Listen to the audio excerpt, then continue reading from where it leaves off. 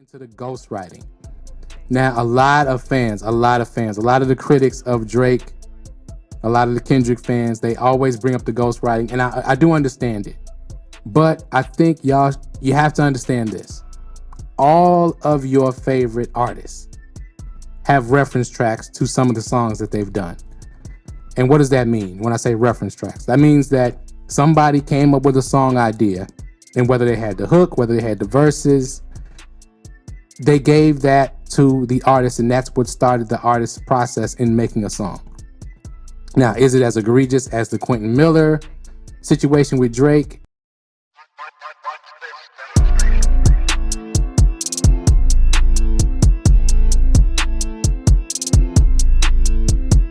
But a rapper with a ghostwriter, what the F happened?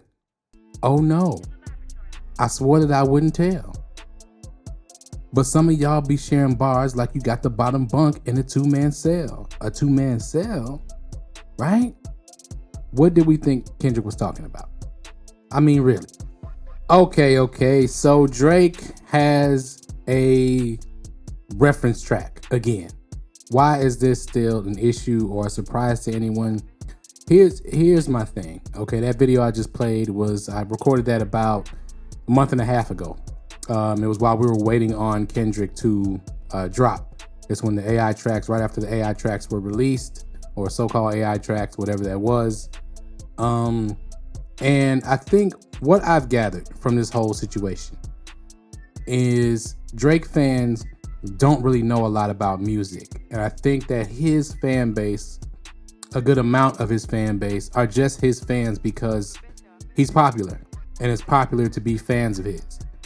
Because who thought that Drake was writing all that music so fast? Like, he drops the album damn near every year. So first of all, let's get into the reference track before I even get on any kind of soliloquy or soapbox.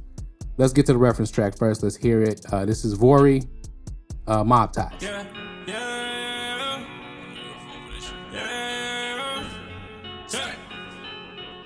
Stick these niggas, stick these bitches. Hire a shooter, you ready to get bitches. And I'm on my riches. I turn up the bitch. I turn up the bridge. You don't need the issue. Black Porsche, cause I Lambo moving fast. Watch your homie if he moving on his ass. In the rocket and that bitch ain't got no tax. Louis bags in the street. Now. There's a few things at play when it comes to this whole situation of people trying to. First of all, there's people who hate Drake who, no matter what happens, if it's bad news about him, they're gonna try to overhype it and act like, oh my God, I can't believe. Look, when the Quentin Miller reference tracks came out, that was enough. That's it. That's how he makes records, period. Drake used to ghostwrite for other people as well, okay? Rappers are not singers, okay? So coming up with melodies and learning how to harmonize with instrumentals, they don't know how to do that. So probably most of the time, I would say 90% of the time, you hear a rapper singing or trying to harmonize with a record, somebody did it for them first, and somebody is coaching them through that. That's just how the records are made. Now, I necessarily don't have a super problem with Drake unless I find out he doesn't write most of his bars, then I have a real problem with it, right? But as far as these sing-songy reference tracks, that's normal. I hate to say it, that's normal. Now, not everybody does it. Some artists, the artists who take a long time, who you all criticize for taking a long time, this is why they take a long time. It takes time to write records, especially when you're adding melodies and singing into it, and you're adding a lot of parts, and you have a lot of switches, and you have a lot of bridges, and you have a lot of chord changes, and you change the whole tempo of the record. That takes a lot of time in the studio. Okay, so it takes a lot of time to come up with that as a writer. All right, now if you're trying to fast track records, if your record company needs you to put out as many records as possible, then the lower artists who are not on, artists who don't have all the intangibles that they need to become stars, they make reference tracks for the bigger artists. And newsflash, they also sign NDAs. When you ghost produce for somebody, when you ghost write for somebody, you sign an NDA not to tell. So now you have people who are engineers or whatever, or who didn't get paid. That happens a lot. who leaked the track or who tell, right? Who break the NDA clause. But to me, this is not as big of an issue as people are trying to make it. Kendrick told us this. Okay? He told us. That's why I started off by saying what I said, by quoting that verse in King Kunta. What did y'all think he was talking about? I don't get it. And in this case with the mob tie situation, Vory is credited on the record. Nobody is credited on a record without writing something, even if it's their contribution to the sample. Okay, Kanye is the only person I know that will credit people just for giving them ideas and things like that. That's Kanye. He's different. He's trying to show love. But in most cases, the artist wants as much money as possible. So therefore, if somebody is credited with writing on the record, then they wrote something on the record. That's just how that goes. I saw the little DJ Academics tape of him talking about, well, he didn't write anything. Well, y'all listen to Academics. See, this is the problem with the culture at this point. What are y'all doing?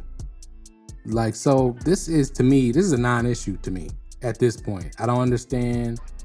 There's gonna be reference tracks. Drake probably has reference tracks for most of the R&B type records that he has, for sure, that you all love. And at this point, I'm sure he has somebody send him some bars some kind of way.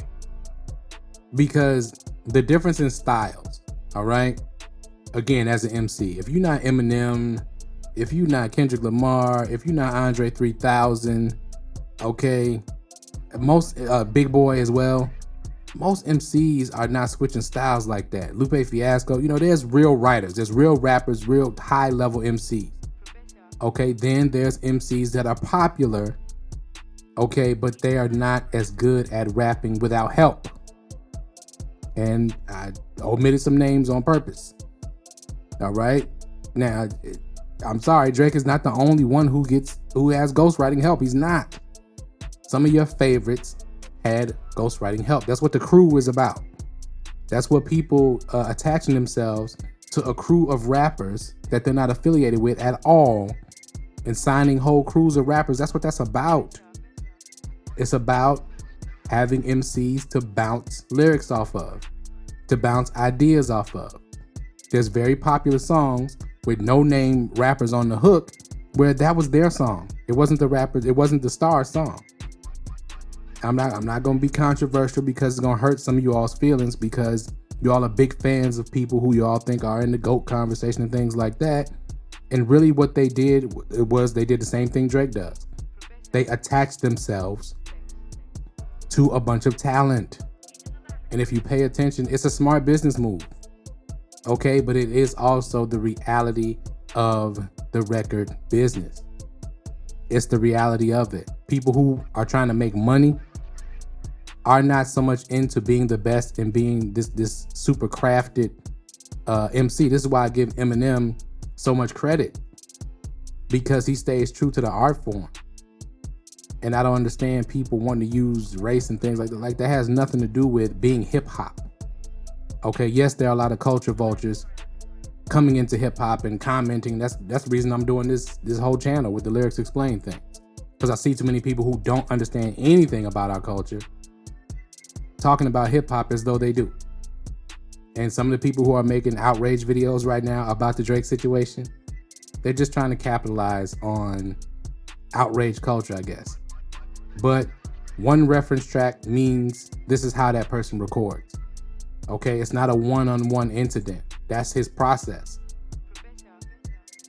Get used to it. But that's all I gotta say, man.